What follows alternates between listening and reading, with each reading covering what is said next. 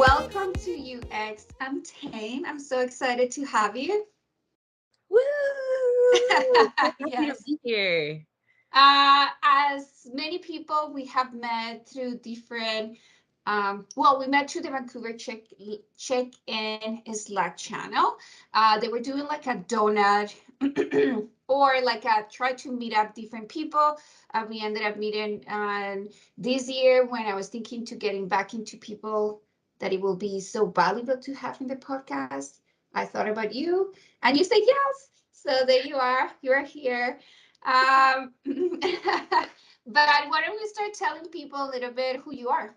My name is Nakisha Cohen. I'm currently a junior product designer at the Globe and Mail. For people who don't know the Globe and Mail, just think of the New York Times, but Canada. so, um, yeah, I've been working as a designer since 2018. I always say when I started school is when I first became a designer, which is true. So, how far is like 4 years now, which is pretty cool. And yeah, just on this journey of growth and learning. Yeah, and happy to be in this space. Mm. I know that I have some questions, but I before we started recording, you were going to take to tell me an anecdote about Colombians that you work with.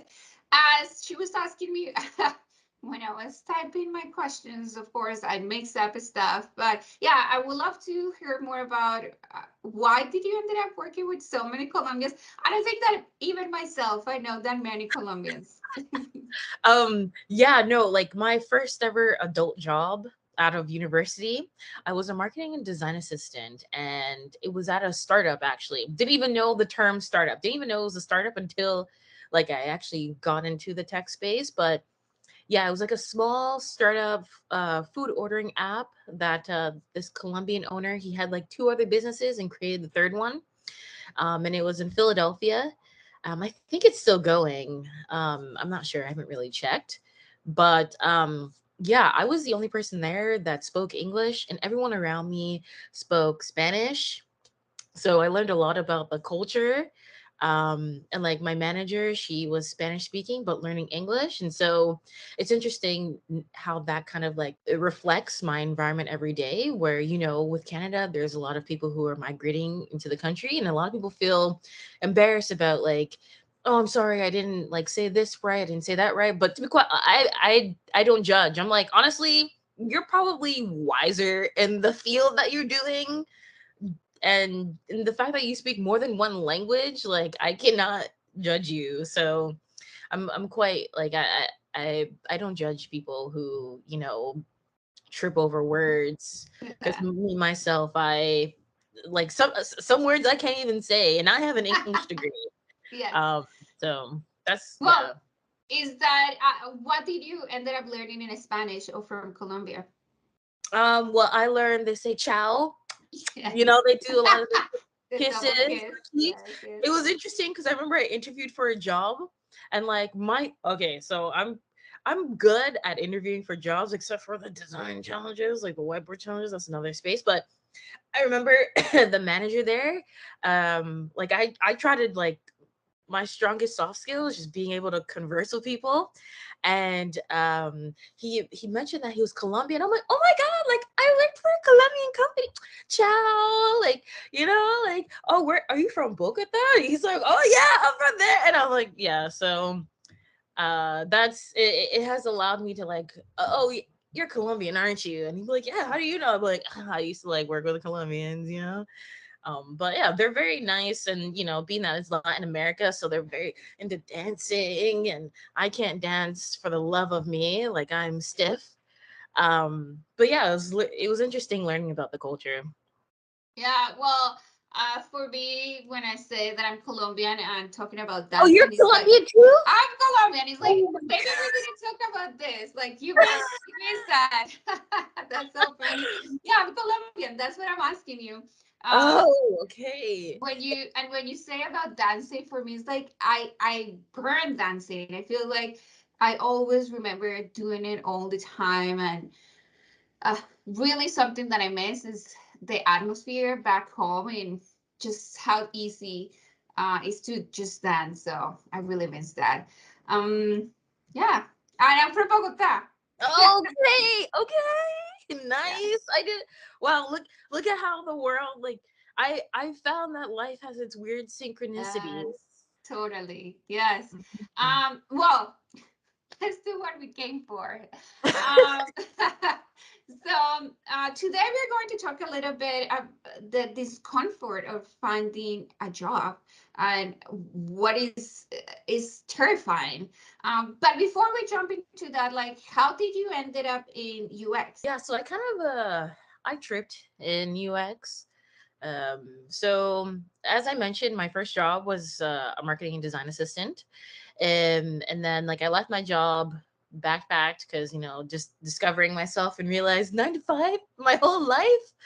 And then when I went back on the like was looking for jobs again, I was struggling because of the and I'm sure now too, like marketing was just so oversaturated, especially in the States. And so I'm fortunate enough where I'm a dual citizen. So I just like I'm going to Canada look for a job. So I struggled a lot. I did this like government program to interview for a job, which I didn't even get. Felt like the worst time of my life, like crying, like it was horrible. And I don't know, some weird inner voice was just like, "Don't give up." And then 2 weeks later, I ended up working as a junior product manager for a small startup at Ryerson University in Toronto, in their accelerator space called DMZ. And there's a startup there that was an esports startup. And I got the job. Don't know how or why. Didn't even know anything about video games. Like I play Candy Crush. Very proud of that, by the way. I'm on level 4,300 and something. Not to brag. Well, that's like, yeah. I feel like I haven't even passed the second one, so I'm It's really addictive. impressed. Thank you. But yeah, and as I worked as a junior product manager, and mind you, it didn't even feel like I was a product manager. I was just doing everything, and then that's where I learned about UX design, and I was like, like you're learning about people, you're interviewing people, and you're designing. Like I've always wanted to stay in that creative realm, and so I was like, let me look more into this. And I remember like using Adobe XD and then playing around with some like prototypes. And I was just like, okay. And so I went back to school for a year. I went to Sheridan College and did a really intense program. And mind you, when I went into that program, I was just like, I'm here to get a job. I'm 24, and at the time, I felt old. I will always feel old, but it's interesting when you compare yourself to like 18, 19 year olds, and I'm just like, whew. But anyways, yeah, did that year program, and again, my focus was just on like getting a job. So fortunately, my sister tagged me in like a Facebook post from there that they were looking for like a junior UX UI freelancer and they wanted to mentor them. And I just like I was like, oh, like here's my portfolio. And I got like a short session where a designer, she was like giving me the expertise and knowledge and just allowing me to design, even though it was garbage. It was garbage. And then because I also networking is very important because I worked in Toronto as a junior product manager. Someone that I knew was working at another startup, and they're like, "We're looking for a UX designer," and I'm like, "I'm looking for a job." So I applied. Surprised I got it. I didn't work a lot of hours, but to be quite honest, any experience is better than no experience. And so that year was what 2019. It was a rough but very like the lessons I learned were very valuable, and I didn't get my first full-time job until like March of 2020. March of 2020. Yeah, so yeah. It was a long journey. Okay. Yeah. Yes. And you were saying something about, okay, moving to a different country when you really don't have that network already built. Mm. That was a little bit, yes. And trying to get into that full-time job. without experience. What do you think is the hardest part to get into the field of UX and tech? Um, yeah, so the hardest part is just not having experience, honestly, not having experience and not knowing the right people. And so in that journey of trying to figure out like what your challenge is, you're gonna meet so many people, whether they're temporary or permanent. It's, peaks and valleys. I actually had a talk with my boss about that. Peaks and valleys. Yeah. That's like the hardest part about like getting into the UX field. And during this time, that of course, when you apply for something and you don't get, first of all, you get ghost, like ghost so much, Mm, or you get a simple no. hmm Um, how what do you do to move forward after so many rejection after rejection, not knowing what can improve or like get better at? So with rejection, uh, I mean that's life, right? Like no matter what we do, luckily we're not in like it's challenging to break into the field, but it's not as hard as like acting or like music or something. So I feel like we're like fortunate enough. But when dealing with rejection, it's normal to like feel bad and feel exhausted because looking for a job in itself is a full-time job. um but being that you don't have any guidance, you have to keep going and you have to keep like meeting people in order to, you know learn what you need to develop, and which in itself is a challenge too, because every company they have their own specific needs, so you won't fill every bucket you apply to. Like you be a good fit, but then there will be someone else who has like more years of experience or more knowledge of whatever XYZ. But you just have to keep going. What is meant for you will work for you no matter how long it takes, because it takes a while. But yeah, just you have to, and it's I I'm just thinking of the exhaustion I felt at the time, and it's just like, yeah, you just have to keep going because you're not gonna know what the good of your journey will look like if you stop, right? So, whoop, I hope that answers the Yeah, question. I love that. I love because yeah, you don't know how the other side would look like. You just know how the present looks like. But I think that's so powerful that now that you are in the other side, it's like, oh, it was so worth it. Yes, it's like at the Mm, same time, you learn so much from you. And for me, something that has been so powerful is the community. How again, because I didn't have this experience with my previous field of having this empowerment and these people that really want to challenge you to grow and be better. I didn't have that before. So I feel like this is such a great thing that UX and tech has. So I think is how you take advantage of, because in a way it's kind of like free for you to take. Because for the other side, when you go and ask help, the other person is growing too with you. It's not that they are the only one giving. You are mhm, giving them back, and they're growing in a different way too. So it's powerful for both sides. mhm, mm, how do we embrace this moment of like ambiguity and stressful and not knowing how what the other side, because we cannot see it. Yes, we just like are mhm. sad, depressed, stressed. How do we embrace this time? How do you embrace that moment of ambiguity? Oh Yes. my god. Honestly, I that's kind of hard to answer. Because again, just thinking back to the time, like I was stressed. Like I had to help like family members out financially, and I didn't have the finances, like to a point where like, how are we gonna pay rent?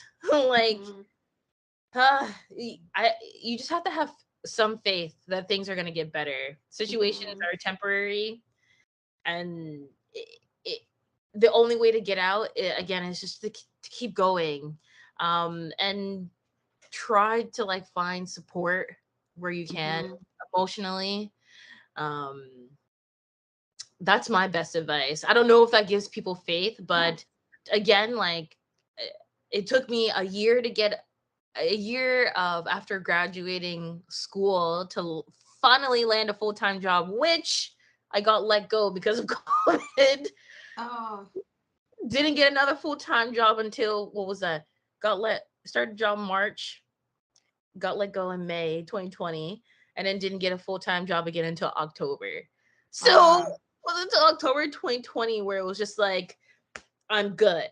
So Mhm. in those moments again, in those moments of ambiguity, you just have to like have some type of faith, have some type of emotional support of people, Mhm. like the community as you mentioned, like VDC, very great community, and there's other communities such as Design X and etc.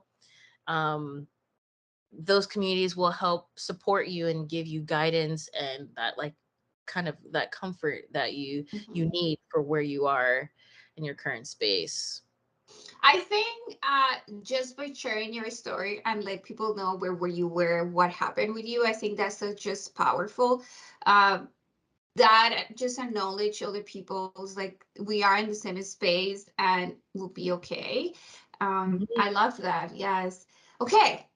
I will add a question at the end, but can you tell me 3 or 5 tips to stay, I don't know if positive or just to deal with the ambiguity and find courage while looking for a job? Yeah, so I would say, like, personally, I'm quite optimistic.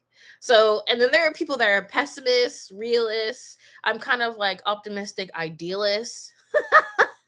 I'm kind of a little more grounded now, but my thing when I was going through those downfalls, like I always, again, I'm circling back on this, but just having faith that there's another side. And I'm very different now from back then where I had a lot of grit and grind. That's what really got me through it. Like just and some places that were like I always found my jobs through Indeed, just letting people know like I've never got it's either networking or Indeed. I was constantly just applying to Indeed. Cold emails, I mean, this was like 2018, but cold emails work like for instance, this is where I say like synchronicities. I remember I wanted to work at BuzzFeed really bad. Like I've had a lot of like close chances with big companies, and I've always just put myself on the pedestal. I'm like, no, I'm gonna be up there. But I emailed a writer from BuzzFeed, and he replied back to me months later. No judgment. I'm like, thank you for even getting back to me. And we like met for coffee, or whatever. At the time when we met, I was pivoting. I think I was going back to school. So I'm like, oh, just network to network. Lost touch. And I actually touched base with him again because he was at a panel at my current job. And I'm just like, man, life. Yeah, I was like, oh my God, like you still work at BuzzFeed? He's like, yeah, he like now works for CBC and stuff. And I'm like, that's so cool. Life circles around. So be nice to people.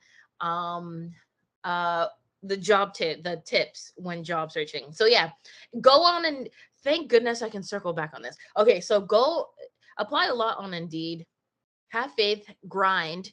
No matter how exhausted you are, keep going. Every UX designer that I've met throughout my journey so far, whether they're just jumping into the field, they always ended up employed somewhere. Always. So I'm like, there's somewhere for you to be, whether it's temporary or permanent. Again, as we mentioned, that community, that support, network.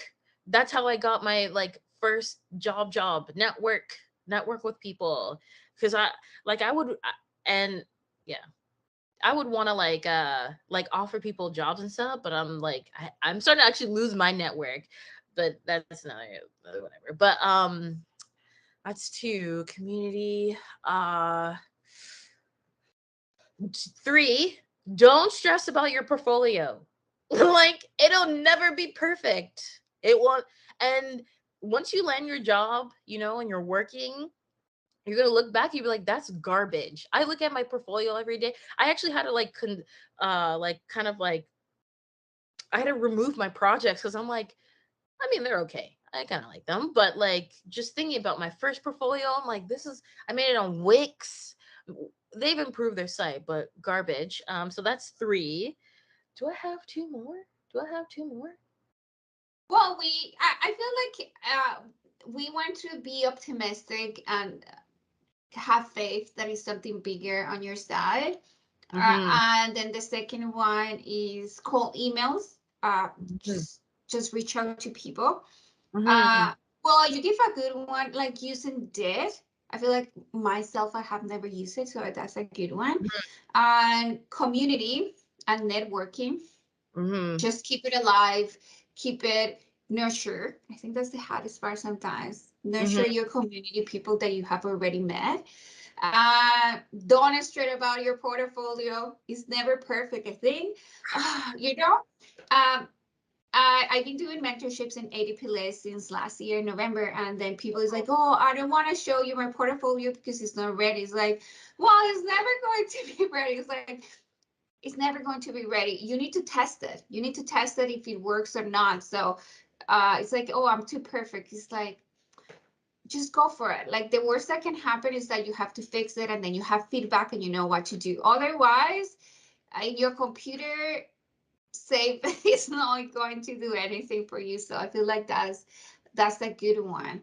Um, Something that I want to know, and still we have time. How did you ended up landing your last job, your present job? How did you get there? My current job at the Globe and Mail. Yes. So yeah, so there's a design community called Design X. And my current manager, she put out a posting for a junior product designer. And at the time I was interviewing for like a lot of jobs, and they just weren't sticking. I didn't like the interview process, or I just had really bad imposter syndrome, just going to be honest. And I still have that grit and drive in me. And so I just reached out to her specifically. I was like, "Hey, my name's Nakisha Cohen." I looked at to like the job description of like what they're looking for, and I'm like, "Hey, I have experience in this space, XYZ. Here's my portfolio." And she's like, "Okay, great, thank you." And she took it away, and then she contacted me, and it kind of just like folded from there. So I think because it was interesting, my interview there, it was a little bit intense. I always tell my boss that like she's hilarious. Like she's a vegetarian. Like she's has a very great aura about her. Great manager too. Very wise. But This is my train of thought. Oh my god. Okay. Yeah, interviewing for her. It was intense. Like she was just like, I want to hear a story. Like what's your yeah, like what's so appealing about you? Like tell me your story. And I was just like, what is my story? But I like being grilled on the spot. I think I do well on the spot, kind of.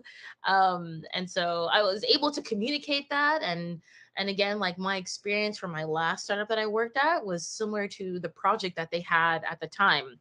So that's what helped me get in my current role now. Um, yeah, that's what helped me. I Yeah. yeah, no, I feel like just talking about, well, you know her now. At that point you didn't know her as a bot. You just is like the person who is interviewing you. But it's amazing that she could see the vision about you and knowing that you have something else to say and there is something more that she can take out of you. So it's like how she knew how to challenge you right from the beginning. I found that fascinating. That's the people that you want to work on, yeah, with people who can take you to the next level even without knowing your whole story. So I feel like that's pretty cool. Yeah. Yeah, and that's what and it's interesting that you say that because that's what she said too. She's like, when I like interviewed you, I saw like potential. Like I Hmm. see that you're gonna like grow, and I guess that's what's important when you're interviewing for jobs. If you have that privilege, right? We Yes. don't all have that I always just try to be aware of all the Hmm. circumstances and people's lives. And again, just being from someone who didn't land like a full time until October 2020. Yeah. um yeah. Oh, there was also something else that I wanted to mention about interviewing Yeah. as to like the tips. So I think we all know that when interviewing for jobs, the more you interview, the more comfortable you get. I'm going to be honest, I've never done a whiteboard challenge. I don't ever think, like, I think whiteboard challenges are for people who like are like senior, lead, manager. Like, I think, but I feel like if you're like junior, you're like entry level, you know, your potential and your ability to communicate should be really valuable in that interview. That's personally what I believe. I think whiteboard challenges are garbage, because I'm not the type of I can think on the spot, but I prefer to think about things and come back to you with facts and good reasoning behind my like design thinking. But when you're in an interviews, I always try to see it as no matter whether you're VP, CEO, director, they're human beings, right? I remember being in interviews and like, "Oh, my dog, sorry, my dog's in the background," like everyone's a human being and they're there to understand your knowledge and also to see if you're good to work with. So it's okay to have butterflies. I always have butterflies, but again, it's just like you're here, you're talking, have a good conversation, and practice. Um, I feel like what you mentioned about just being yourself, I think that's such a powerful thing because at the end of the day, you want them to know who you are from the first days, not that after, like, when you're dating someone and they're all perfect at the first week and you're like, this is the love of my life, we are getting married or whatever, living together forever. And then you start living together and like, what is going on? Yes, it's like, yeah. So I feel like if you come for interviews and you are being honest and showing your unique person, that's going to be more for your advantage than for them, so they can see, okay, I do like this whole person as they are, because that's what you get. It you are not getting like just I don't know, a little piece of me. You're getting the whole picture. So you better like me because I'm going to bring that every day. So that's really powerful. I feel like because of the pandemic have given us really the option to bring ourselves to who we are. Like I feel like, at least for me, before I was a little more content in who should I be and how much should I show from like myself as, let's say, Latina or queer or whatever it was. It was like a really content, like I should just try to be perfect.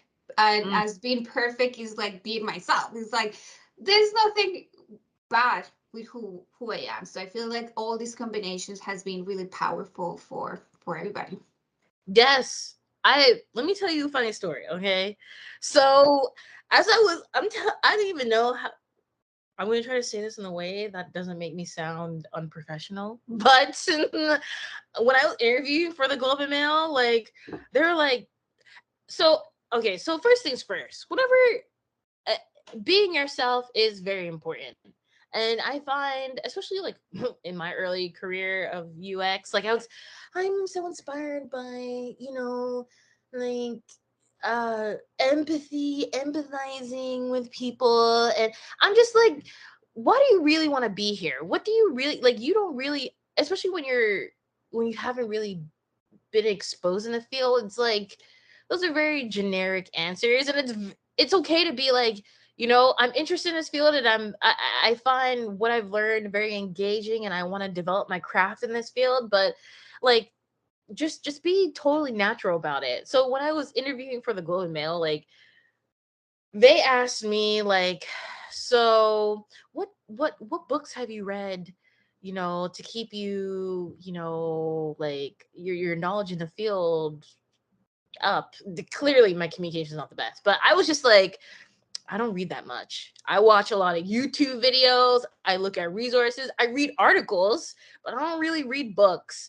When I said that, I was like, I'm not getting this. And then and then another part of my interview, um I referenced the wrong uh, design kind of like resource, and the designer interviewing me called me out, and then the other designer was just like like her face was just like, oh, tough. And I was like, human, life goes on. And then we moved on. And I was, after that interview, I was just like, I'm not getting this. And I'm also drained and tired because it was an hour and a half of me just being questioned. But look, we're here. Look at us. Look at, where's that GIF, that video? Look at us. Who would have thought, That's so you know? funny. Yes. I don't know if you have. Well, I've been doing CrossFit for 8 years, and it Oh, never wow. gets easier. I feel like every time that you go and work out, it's never get easier. But you know what happened? You never died out of working out, and I think this is what exactly is happening with interviews. And every time that you go for interviews, you just keeping getting better. You never die. You're Hmm. just improving your skills and really trying to find what it works for you. I think Hmm. that's the best about interviews. And I think just mentioning what that person called you out in the interview, that's amazing. I feel like I want a company that is like, hey, this is what it is. It's like, thank you so much. Thank you Hmm. for making me better. So just learning so much. Love this story. And Hmm. maybe let's finish with, I know, because at the beginning we talked about Colombia, so that was kind of like a fun fact. But we can finish up with your fun fact. I've always tried to stay humble about the things I do, but I need to start speaking more about the stuff that happened. And it's also kind of a lesson to people too. So I sell hats on Etsy. Yeah, and like it was all out of, again, thanks to UX design is the reason why I started selling my hats, is because I saw something cool, couldn't find it, and thought if I had a problem, maybe other people have a problem. So I kind of put it out into the world to see if people like it, and people do. And a month after I opened my store, I had a music artist buy 3 of my hats, and then 2 months after that, the co-host of the Ellen Show, who bought my hats for a year, they found it on their own. I don't invest any. Well, now I put marketing into it, but I never put marketing into it. I just saw what my competitors were doing, and I'm like, okay, I'll do it better. So yeah, he was supporting my store for a year, and then the wardrobe team on the Ellen Show bought my hats. So I don't know if the show's still I don't know if the show's still going on or whatnot, but yeah, he would wear my hats on the show. That's pretty cool. You have to send me that link so we can put Hmm. it everywhere so people can know where to buy the hats. I like now I want to go and see your hats. I like what is this? This is so Hmm. cool. Thank you so much again for sharing your story, for taking the time to meet me today again. And Hmm. that's all for us today. Yay!